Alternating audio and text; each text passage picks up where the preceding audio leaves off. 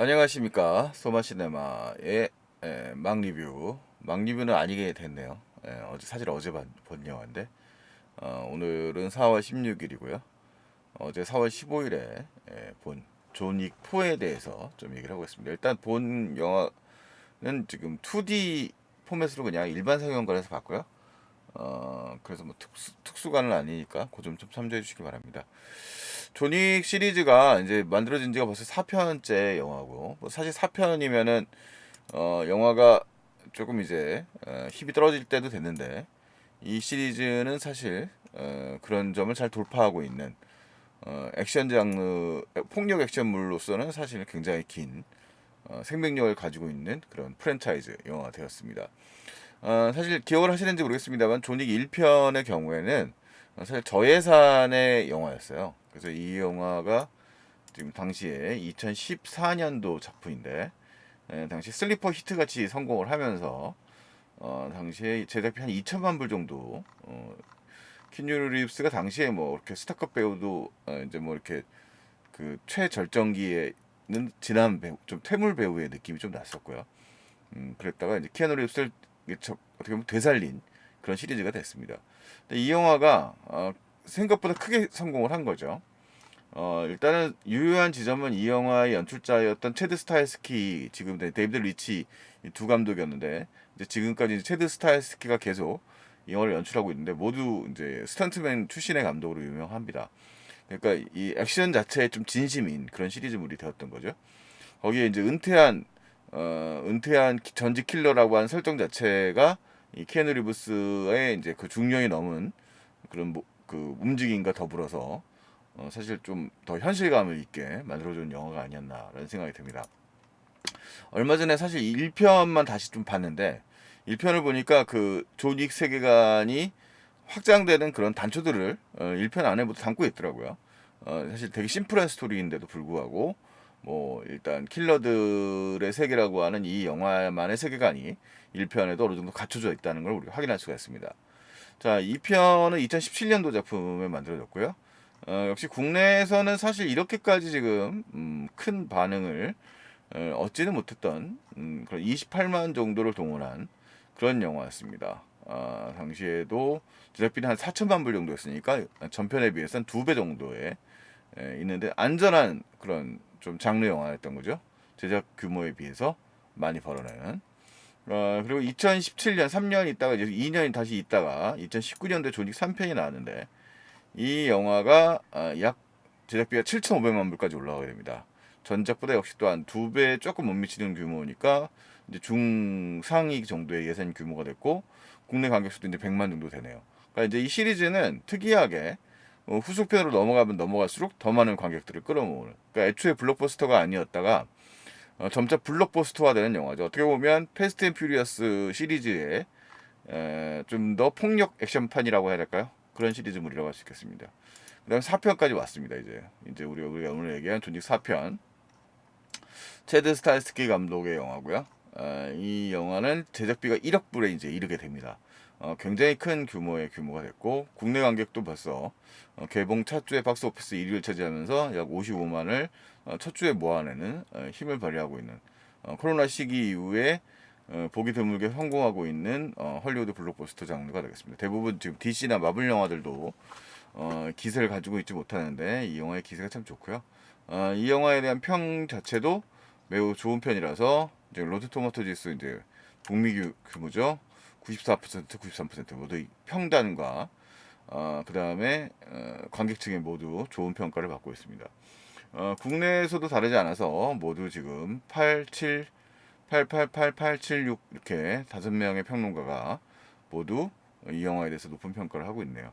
그러니까 이 영화가 특히 이제 사부작 중에서 특히 이제 높은 평가를 받게 되는 이유는 이 영화가 이제 그 소위 말하는 영화를 메타 영화적 성격까지 가지게 되었다는 얘기가 돼요. 그러니까 영화를 위한 영화라는 그런 성격이죠. 그러니까 이 존윅이라고 하는 장르 영화는 최소한의 줄거리와 그리고 액션 시퀀스로 승부하는 그런 시리즈물이라고 말할 수 있는데 이 감독 체드 스타일스키가 연출한 이제 그런 액션 안무 자체가 전편들부터 이제 점차 다른 영화들의 그런 좀 오마주를 바치는 듯한 느낌의 영화들, 그리고 캐릭터라든가 이런 경우들도 많았거든요. 존윅 3의 뭐 마크 다카스코스 이 존윅 시리즈를 보시면 존윅 3편에 그 등장했었던 그 악역 중에 이제 마크 다카스코스 같은 경우는 이제 완전 잊혀졌었던 배우였었는데 이제 B급 히어로였죠. 이 영화 존윅 3에서 등장을 했었고요. 그다음에 그 다른 악역들의 경우에도 이제 인도네시아의 레이드 시리즈에 등장했던 배우들이라든가 이런 그 모습들을 보여줬었습니다. 존윅 2는 좀 기억이 이제 좀 오래됐습니다만 이 영화 네. 이 영화에서 이제 세계관이 좀 2편까지 좀 확정이 좀 되고 그 다음에 이제 이 3편부터 해가지고 이제 점차 메타 영화적 성격을 좀 더 많이 갖게 됐는데 존윅 4편에 이제 그 중에서도 가장 메타 영화적 성격을 제일 많이 보여준 영화입니다. 아마도 평론가들이 왜 이 영화에 감탄을 하고 있는가라는 생각을 해보면 이 영화 첫 장면부터 그 다음에 견자단이라고 하는 캐스팅도 사실은 말들이 많았었는데 그런 메타 영화적 성격들이 크게 작동하고 있는 부분이 분명히 있다는 생각이 듭니다.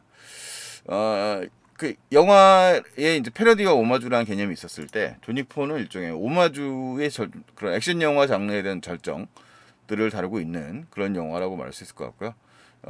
첫 장면부터가 이 사막 장면으로 시작을 합니다. 이 영화는 그 전작들의 경우는 이제 액션 장면 중간 1편 같은 경우에 이제 액션의 그 영화의 시작 지점이 아니라 이제 영화가 중간 정도 되는 부분들이 딱 보여지고 이제 시작을 하고 그 2편인가요 3편인가요도 이제 딱 그 뭔가 굴러 나오면서 시작을 하거든요. 근데 이 영화는 딱 초반부를 갖다가 애초에 그 아라비아의 로렌스의 장면으로 바로 떠올립니다. 그러니까 영화를 편집할 때 편집 예술을 얘기할 때 항상 언급되는 장면이 그 아라비아의 로렌스 데이비드 린 감독의 영화죠. 아라비아의 로렌스에서 그 언급되는 장면이 있어요. 그 이렇게 딱 불을 켜면 사막 장면으로 이글거리는 사막 장면으로 펼쳐지는 그 제가 그 옛날에 70mm 대한극장 시절에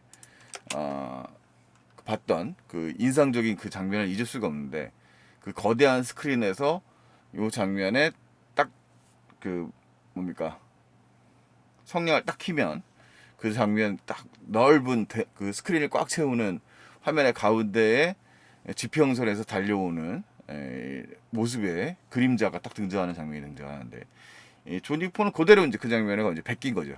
그 이제 사실상 오마주라고 말할 수 있는 그 장면이거든요. 그 장면으로 시작을 합니다. 그리고 이제 영화의 마지막 장면의 경우는 그 세르지오 레오네의 스파게티 웨스턴 장르의 그런 장면들을 거의 흉내냈어요. 그러니까 그 대결 장면을 다루고 있는데 이제 이 영화의 최종 보스라고 하는 그 이 후작 스카스가르드가 출연하죠. 이 스카스가르드와의 대결 장면을 그 대결 장면으로 이제 영화가 마무리가 되는데 그 장면에 물론 이제 이 제3의 인물로 케인이라고 하는 견제단이 등장을 하긴 합니다만 그 장면의 설정에서 이제 그런 대결 시퀀스의 박진감을 살리기 위하고 그 속에 이제 담겨져 있는 약간의 이제 반전 같은 장면들의 설정들 그런 걸 가지고 오는 거죠. 이렇게 이제 그 앞뒤에 오프닝과 엔딩 시퀀스의 그런 설정들을 일단 가지고 옵니다. 그리고 이 영화의 전적인 구도를 좀 살펴보면, 그러니까 이 영화는 이제 지금 에펠탑이 많이 보이고 있습니다만, 영화의 홍보 포스터 같은 경우에도 곳곳에 이제 파리 장면, 이 파리에서 촬영했다는 걸 이제 유난히, 그러니까 유럽인들, 아메리칸인들, 세계인들의 이제 클리셰죠.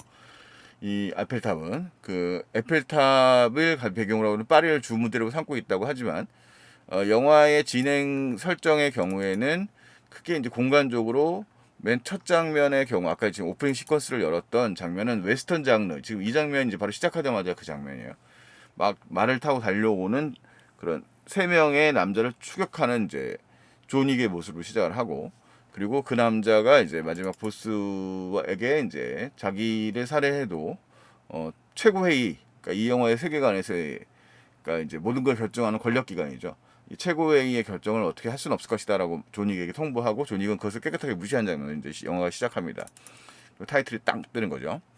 자, 그 다음에 이제 그 다음 시퀀스들은 이 영화는 이제 거대한 시퀀스들 몇 군데를 도시적으로 구분을 하고 그 도시의 공간을 가지고서 이제 영화의 대결 장면들을 시퀀스를 구성하고 있다고 말할 수 있겠는데 일단은 첫 번째 장면의 대부분의 이제 시작 지점은 바로 이 일본을 배경으로 하고 있는 장면입니다. 일본을 배경으로 하고 있는 오사카, 그러니까 오사카 콘티넨탈이라고 해서 이제 킬러들이 모이는 숙소를 콘티넨탈이라고 하는 개념을 쓰고 있죠. 그 개념에서 이 대결을 벌이는 이 키아누 리브스의 존윅의 모습을 보여주는데 이 시퀀스에서 역시 파리에서 은퇴를 하고 있었던 케인이 이제 이 영화에 이제 끌려 들어요. 그 딸을 갖다가 인질로 삼았기 때문에 조니까 이미 알고 있는 케인 견자단이죠. 견자단이 등장을 하게 되는 겁니다. 견자단이 이 영화에서 장님으로 등장을 합니다. 이 설정 자체는 당연히 이제 자토이치 시리즈, 일본의 맹인 그 검객을 소재로 하고 있는 이제 찬바라 영화의 대표작 중에 대표작이죠. 이 자토이치 시리즈의 캐릭터의 설정을 일종의 차용했다고 말할 수 있겠습니다. 이 사람이 갖고 있는 물건, 지금 견자단이 가지고 있는 이 무기, 지금 왼쪽에 한쪽에 있는 것은 검이 들어있는 거거든요. 그저 속에 검이 들어있는 설정들은 자토이치에서 계속 가져왔던 그의 아류작들에서도 많이 활용되었던 그런 내용들입니다. 또 이 장면에서 또 오마주를 맞추고 있는 것은 지금 쌍절곤이 등장을 하고 있는데 그 전시품 이 우메다역이라는 이제 그 오사카에 실제로 있는 전철역을 배경으로 하고 있습니다만 실제로는 이렇게 좀 구성되어 있는 세트화되어 있는 일본적인 냄새를 만들어내어 있는 그런 구성 요소들을 가지고 있고 그 속에 있는 물건 중에서 이제 하나를 깨고 나온 게 이제 저 쌍절곤이에요. 쌍절곤은 당연히 이소룡에 대한 오마주가 같이 들어있다고 말할 수 있겠죠. 그래서 이런 영화적 그런 장치들, 그러니까 여태까지 영화 역사, 액션 영화 역사에서 나왔던 여러 가지 요소들이 곳곳에 스며들어 있는 게 이 존윅 4의 재미입니다. 그래서 영화에 대해서 좀 관심을 갖고 있는 사람들의 입장에서 봤을 때는 되게 흥미로운 구석이 더 많은 영화가 됐던 거죠. 이 원래의 그 존윅의 시리즈의 특징들을 가지고 있으면서 새로운 인물들, 새로운 캐릭터들이 등장하는데 그것들이 과거 영화들을 가지고 있다는 거예요. 그리고 이 캐릭터, 지금 이 캐릭터의 경우도 이 캐릭터 이름은 노바디예요. 노바디는 스파게티 웨스턴 시리즈에서 역시 그 전설적인 인물이죠. 그러니까 그 황야의 무법자에서 클린트 이스트우드가 등장하는 이름이 마이 네임 이즈 노바디입니다. 그러니까 이름이 없는 사람이라는 뜻이고요. 그것은 그런 캐릭터를 가지고서 뭐 무숙자 같은 영화들도 이제 만들어졌으니까 노바디라고 하는 것은 이제 이 자기의 이익을 추구하는 일종의 중간자적 존재이고 그 개념은 구로사 아키라의 요즘보 같은 영화에서도 등장 이름이 없는 그런 자라는 거죠. 그리고 한편으로는 그 노바디라는 말은 존윅 1편에서 존윅이라는 존재는 노바디라고 하는 사람이 노바디라는 존재다. 의미가 없는 사람이라는 뜻이지만 그 아버지 그 영화의 1편의 악역이죠.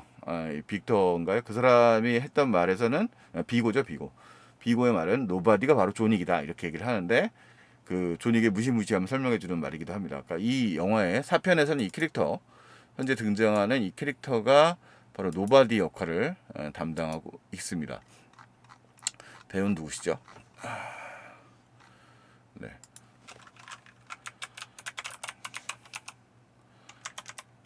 네. 새롭게 등장한 캐릭터인 것 같아요.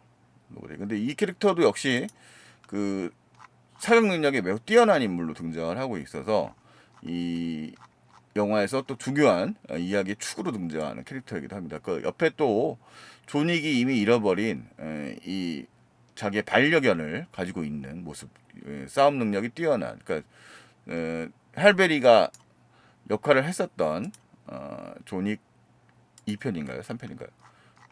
네, 할베리 출연. 네, 3편에서 그 모로코에서 활약을 했었던 그 캐릭터의 역할을 이 또 강아지가 담당하고 있습니다.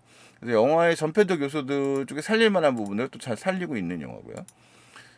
그 다음에 네.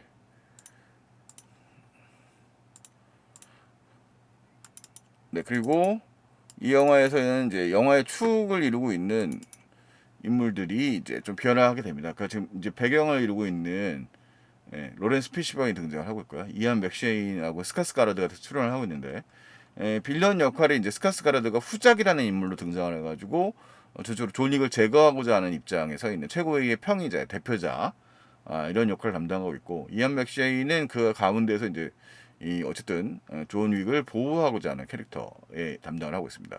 4편에서는 이 존 윅이 어쨌든 이 평의에 고용된 킬러들이죠. 이 노바디도 마찬가지고 케인도 마찬가지입니다.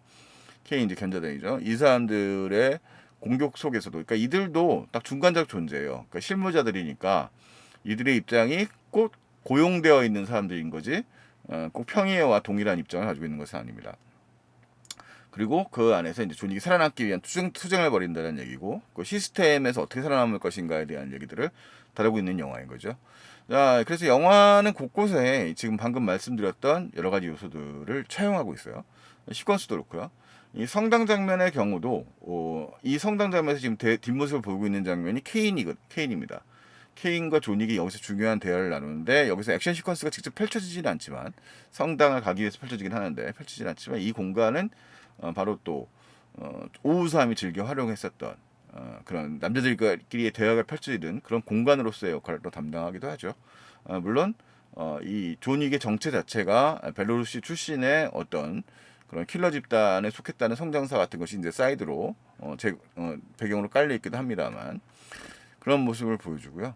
영화는 이제 지금 이제 말했던 것처럼 공간적으로 다시 구성을 좀 해서 말씀을 드리자면 첫 번째는 일단은 요르단 쪽에서 촬영된 이제 사막 시퀀스에서 출발을 합니다. 그리고 그 다음에 이제 공간 자체가 아까 말씀드렸던 오사카에서의 대결 시퀀스가 펼쳐지게 되고 오사카의 대결 시퀀스도 결과적으로는 이 캐릭터 아키라라고 하는 캐릭터 사나다 히로유키라는 그 주요 배우가 있죠. 사나다 히로유키의 이제 딸로 등장하는 아키라라는 배우가 이 영화에 또 이제 중요한 어떤 그 다음 회의 연장성산을 가지고 있는 그런 인물로 보여요.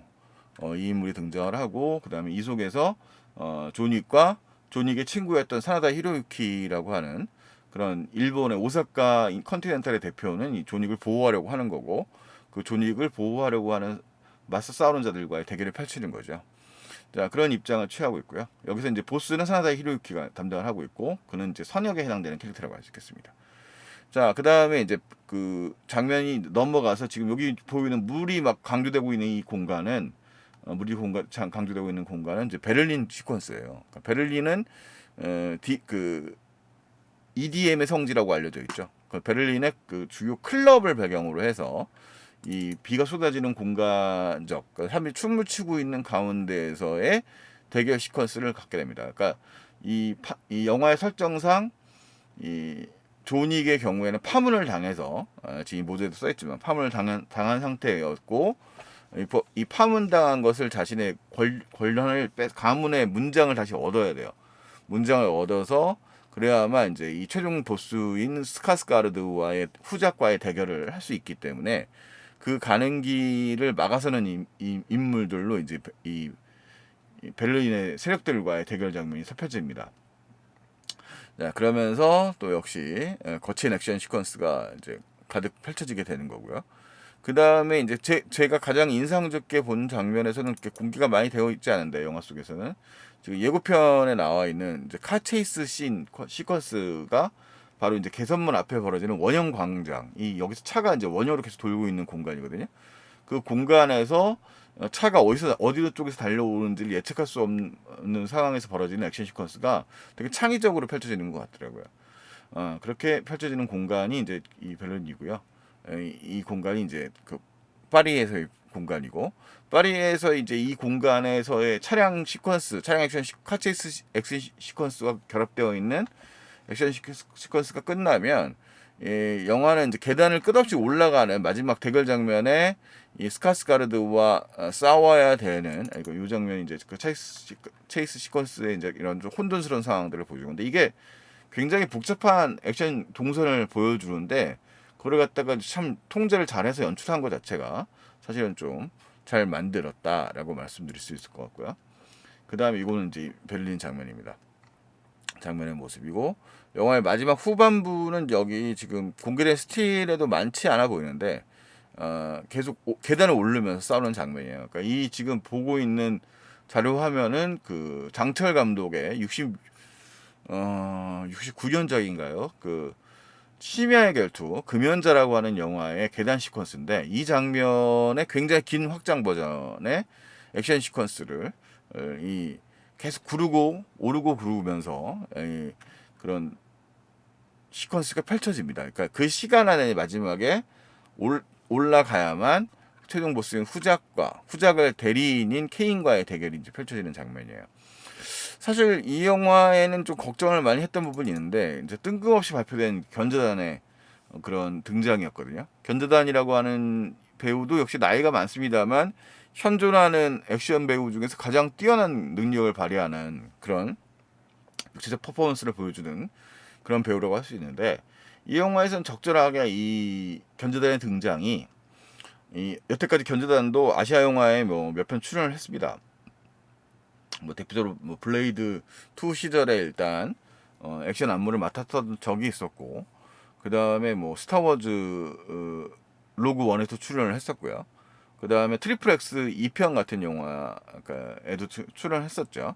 근데 이 조니 포에서 가장 좀 존중을 받는 그런 비중의 캐릭터를 맡은 것 같아요. 그러니까 주역 대접을 좀 제대로 받는다. 주조연의 역할을 확실히 좀 부여를 받고 품위 있는 캐릭터를 맡아가지고, 비록 영화에서 말하면 악역과 선역 사이의 이제 중간적 존재, 자기 이해 관계 관련된 인물이지만 그 속에서 이제 견제하고 평소에 견제하고자 하는 좋은 사람의 이미지가 굉장히 남아 있는 캐릭터로서의 역할이고요. 뭐 액션은 말할 것도 없고요. 물론 액션이 이 조니과 즉 키아누 리브스와의 밸런스 때문에 뭐 최상의 클래스를 보여주지는 못합니다만, 자신이 이제 연출하거나 직접 단독 출연하는 영화들에 비하면 하지만 이 영화에서는 굉장히 빠른 스피드의 또 특유의 그 시각장애인이라고 하는 설정 자체를 활용한 그런 자토이치라고 아까 말씀드렸던 그런 캐릭터의 이미지와 연관시켜서 충분한 퍼포먼스를 보여주는 것이 또 사실입니다. 또 의외의 인물로 이제 완전히 순수하게 악으로 등장하는 인물은 스콧 애킨스가 분장한, 스콧 애킨스는 연문 포를 비롯한 B급 액션 영화의 슈퍼스타 중에 한 명인데, 이 스콧 애킨스가 상당히 그 헤비한 분장을 하고서 등장을 해서 베를린 시퀀스의 이제 최종 보스를 담당하고 있는데, 굉장히 또 뛰어난 퍼포먼스를 보여줘요. 액션적으로는. 근데 그런 장면들이 보여주는 에너지가 사실 잘 살아있는 편이고, 이 영화가 이제 CG와 스턴트 안무가 적절히 결합되면서 실감나는 액션 시퀀스를 보여주는 영화인데, 거기다가 이제 이런 다양한 영화적 기법들을 활용을 해가지고 액션의 흥분감을 올리는데 굉장히 많은 애를 쓰고 있고, 비교적 성공적이었다고 말할 수 있을 만한 영화라는 거죠. 거기에 이제 영화적 그런 그 흥미를 끌만한 액션 영화 팬들의 흥미를 끌만한 여러 가지 요소들을 갖다가 깨알같이 집어넣어가지고 영화적 재미를 상당히 많이 갖추고 있다는, 여기 이제 이런 식의 끝없이 이어지는 성당으로 올라가기 위해서 펼쳐지는 그런 액션 안무 장면이거든요. 이것이 이제 계속 이 안에 계속 킬러들이 등장을 해가지고 싸움이 벌어지는 그런 설정입니다. 그래서 어쨌든 이런 조니포의 노력들 자체가 상당히 이제 일단은 뛰어난 액션적인 그 시각적 만족감과 쾌감을 주죠. 대형 스크린 안에서 굉장히 폭력적인 상황들이지만, 기본적으로 이 영화는 액션 오락 영화로서의 본질이라고 하는 것에 충실합니다. 그러니까 이것은 어디까지나 가상의 세계고요. 킬러들만의 일종의 평행 세계라고 말할 수 있는 거예요. 킬러들이 주요 축으로 구성되어 있는 돌아가는 세계의 구성인 거죠. 그 속에서 이 죽임이라고 하는, 살인이라고 하는 것은 일종의 직업적인 행위에 가깝다고 말할 수 있습니다. 그래서 그 속에서 이제 그 체제, 스테이트의 체제에 대항하는 인물로서 일종의 말하자면 매트릭스의 네오 같은 캐릭터의 역할을 재현을 갖다가 존윅이 하고 있다고 말할 수 있겠죠. 그래서 존윅이 하고자 하는 것은 이제 어떻게 보면 되게 소시민적인 욕망이거든요. 사랑받았던 남편, 그러니까 이미 죽은 1편에서 설정되어 있는 헬렌이라고 하는 인물이 남겨둔 강아지가 죽음으로 인해 생겨난. 그래서 이 영화에서 강아지라고 하는 이 배경의 요소라고 하는 건, 또 개라고 하는 요소는 굉장히 또 중요한 요소예요. 그런 기억을 유지하고자 하는 사랑하는 남자로서 기억되고 싶은 킬러로서가 아닌 그런 남자로서의 욕망이고 그래서 끝없이 그것을 부정하려고 하는 자신의 원래 속했던 세계에 대한 뭐 일종의 투쟁이라고 말할 수 있을 것 같은데 그 속에서 자유를 얻고자 하는 것이죠. 그 자유를 후원하고 있는 사람들이 이제 이런 사람들이 되는 거고요. 응원하고 있는 사람들이 되고요. 그래서 펼쳐지는 이야기라고 말할 수 있겠습니다. 그래서 그것을 이제 굉장히 양식적으로 우리가 익히 알고 있는 세계예요. 사실은 이게 파리의 본부를 투구로 삼고 있다라고 하는 세계인데 이 영화는 영리하게도 1편, 2편으로 넘어오게 되면서 그런 자신만의 세계관을 만들고서 그러니까 이것은 영화적 세계라고 하는 공간을 갖다가 이제 설정을 완전히 해놓은 거죠. 그래서 그 공간 안에 다시 이야기를 펼쳐놓았단 말이죠. 그래서 존윅 4라고 하는 영화에서는 이제 아예 그런 현재까지 역사 영화, 그러니까 홍콩 영화적 요소는 당연히 있는 거고 이 영화가 펼쳐지는 액션 안무, 그다음에 이제 홍콩 영화계의 현재 가장 대표하는 액션 스타라고 하는 견제단의 출연, 그다음에 일본의 찬바라 영화들에 대한 예찬은 어, 오사카 시퀀스에서 굉장히 활 같은 액션 안무를 활용하는 장면들도 구로자 아키라의 7인의 사무라이 같은 영화들을 비롯해가지고 찬바라 영화들에서도 전투 장면에서 많이 사용됐던 얘기들이기도 하고요. 그 다음에 때로는 아까 말씀드렸던 홍콩의 쇼브라더스 시절의 영화들에 대한 그런 오마주일 수도 있는 장면들도 등장을 하는 거고 노골적으로는 앞에 말씀드렸던 아라비아의 로렌스와 그 다음에 이제 스파게티 웨스턴 소위 말하는 이제 세르지오 레오네 시절의 그런 영화들에 대한 그런 오마주까지 해서 이 액션 영화 전체에 대한 일종의 그런 좀 오마주가 가득한 영화가 되다 보니까 특히 영화 평론가들도 이 영화에 대해서 굉장히 흥미롭게 바라보는 것 같습니다. 그래서 어쨌든 조니 포는 본인이 아마 처음에 의도했던 대로 이 영화가 이렇게 거대해진 규모가 될 거라는 생각은 안 했을 것 같아요. 근데 규모를 키워나가면 키워나갈수록 그에 충족할 만한 정도의 액션 시퀀스를 상당히 영리하게 잘 활용하고 있다는 거죠.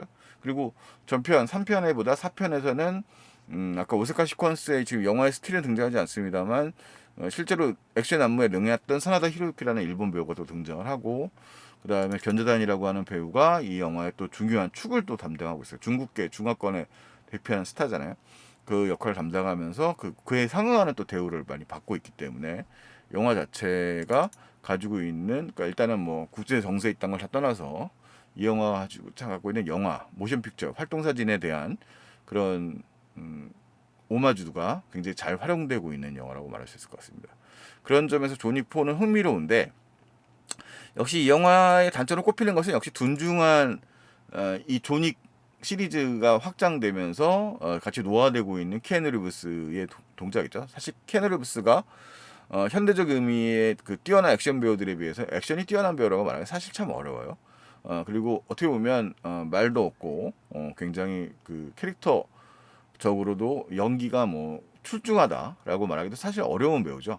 근데 그런 피로함을 표현하고 있는 이 얼굴에 그 특유함은 존윅이라고 하는 것 자체는 어차피 키아누 리브스를 대체할 수 있는 인물은 없기 때문에 이 영화의 단점은 키아누 리브스의 느린 액션 안무에 맞춰줘야 되는 스턴트맨들의 고뇌의 참 모습이 드러나는 것이지만 동시에 그런 이 영화만이 볼 수 있는 키아누 리브스가 뿜어내는 또 일종의 아우라라고 하는 성격도 역시 버릴 수는 없는 거라서 뭐 일종의 딜레마라고 할 수 있을 것 같습니다.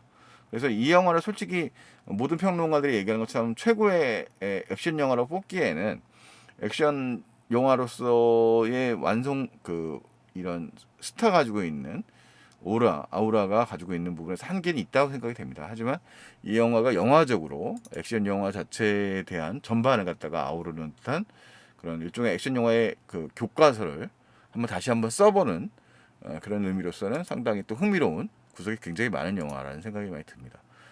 그래서 뭐 어쨌든 꽤 흥미로운 영화로 탄생한 영화가 되었다라고 말할 수 있을 것 같습니다. 한 번쯤 조금 저도 다시 한번 보면서 복기를 해보면 더 재밌는 부분을 발견할 수도 있을 것 같다는 생각이 드네요. 존윅 4에 대한 얘기였습니다. 뭐 여러 가지 로케이션이라든가 이런 장면들도 상당히 흥미로운 장면들이 많고 꽤 즐거운 오락 영화이기도 합니다만 재미있는 설정이 많은 영화라서 재미가 있는 것 같습니다. 다음에 또 다른 영화를 가지고 또 한번 얘기를 해보죠. 오늘은 존윅 4에 대한 얘기였어요. 네.